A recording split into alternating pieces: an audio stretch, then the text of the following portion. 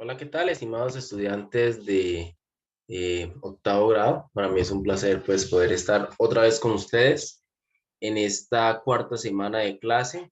Eh, Espero que estén al día con los demás profesores para que puedan centrar su atención en el pleno desarrollo de esta guía, que es la continuación de la anterior temática que veníamos trabajando. Van a ver cositas que van a encontrar que se asemejan a la anterior guía, pero es una profundización temática. Ya habíamos hablado en la anterior clase de la Revolución Francesa, sus generalidades. Ahora vamos a ser más específicos, vamos a abordar más técnicamente la Revolución Francesa como tal.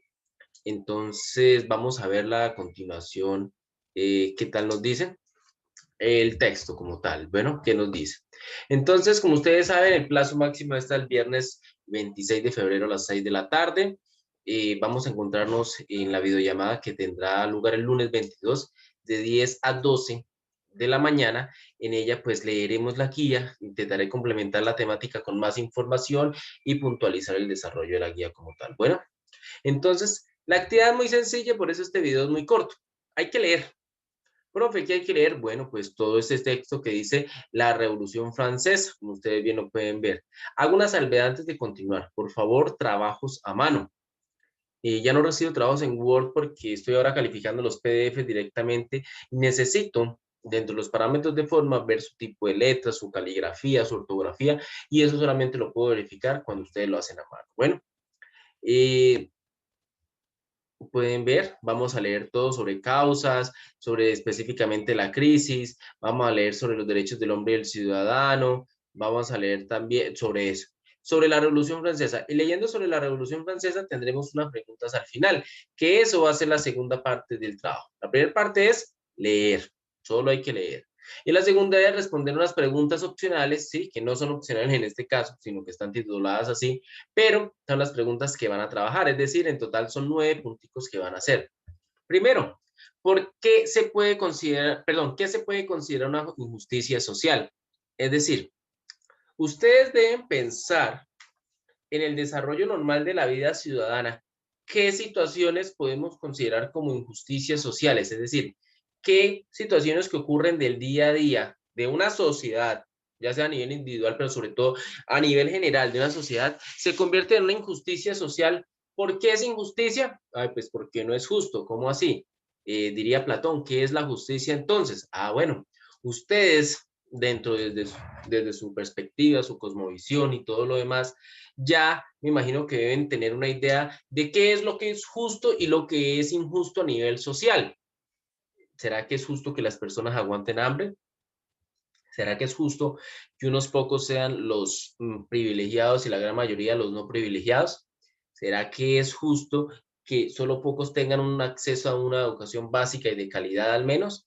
¿Será que es justo que no todos tengan el derecho al acceso a la riqueza? Bueno, hay muchas problemáticas a nivel mundial, falta de alimentación, falta de alimentos, de agua, de servicios básicos, de educación, de salud, cualquier cosa, ¿sí?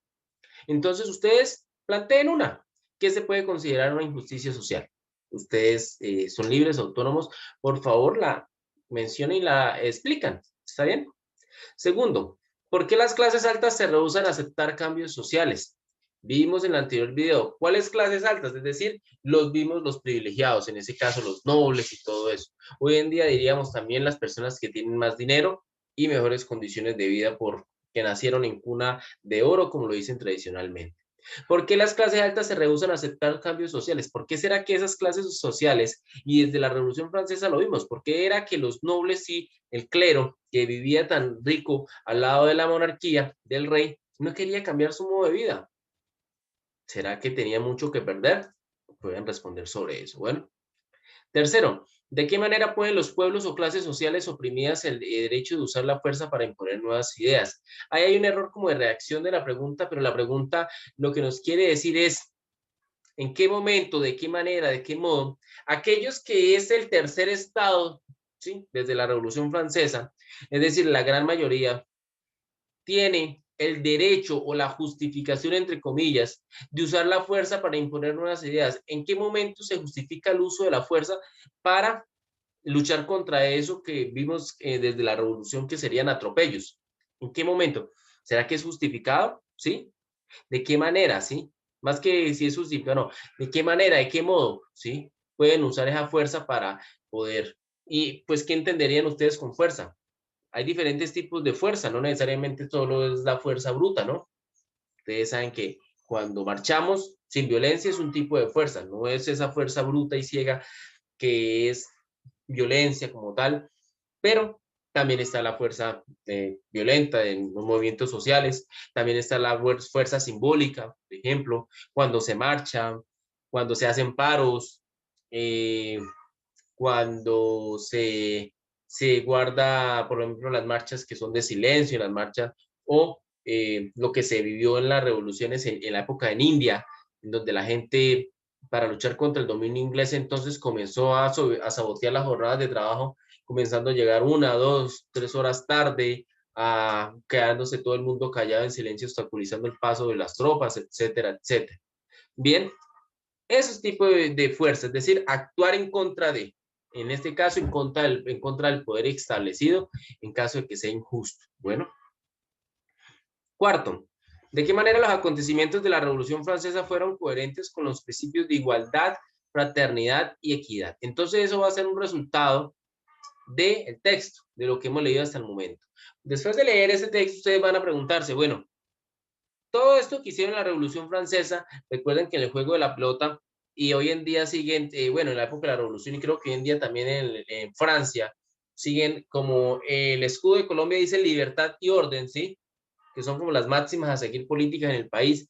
En Francia es libertad, liberté, igualité, fraternité, y libertad, igualdad, fraternidad. Bueno, ¿en qué momento la Revolución Francesa, desde lo que pudimos ver, y logró consolidar la libertad en Francia, la igualdad y la fraternidad? Ojo que la fraternidad es el amor entre los amigos, entre los ciudadanos, es decir, que todos nos queramos como hermanos, eso es fraternal, ¿sí? Eso es lo que podríamos hablar de fraternidad, ¿bien?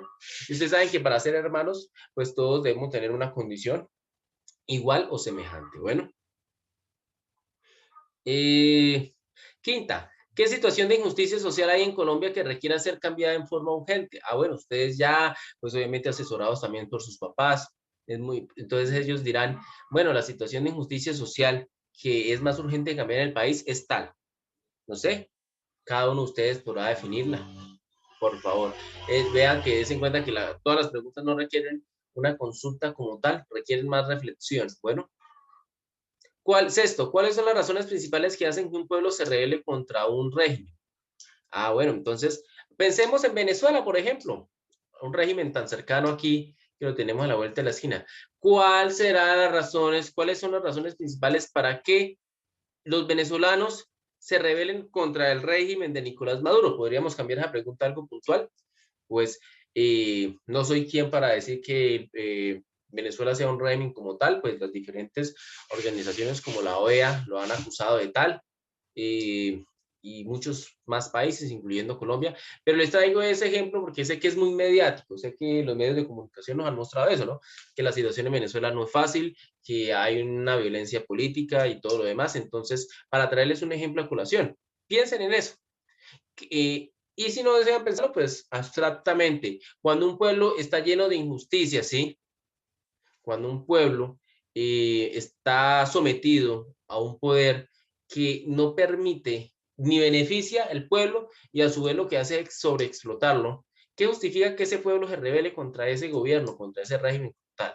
Bueno, ¿cuál sería, perdón, no justifica, no, cuáles serían las razones para que ellos se rebelaran? Séptimo, si estuviera en sus manos cambiar algo de la realidad social colombiana, ¿qué considera injusto, cómo lo haría? Ya no le están preguntando qué injusticia social conoce, no, ¿cómo ustedes la cambiarían? Yo puedo decir, no, es que la injusticia social es el hambre que hay en nuestro país. Ya no le están preguntando que diga cuál es la injusticia social, no. ¿Cómo la cambiaría? Listo. Si la está criticando, bien que la haya identificado, la puede criticar. Ahora proponga, hermano, ¿cómo la cambiaría? ¿Cómo cambiaría esa problemática social, esa injusticia social de la que usted ha hablado? Bueno, y octavo, ¿por qué muchas maneras de gobernar en la actualidad se basan en las ideas de ilustración y la Revolución Francesa? Como ustedes pueden ver, lo que he tratado de mostrarles directamente es que el modo de vida que llevamos hoy desde una organización política es muy semejante, o más que muy semejante, le debe mucho a la Revolución Francesa de 1789.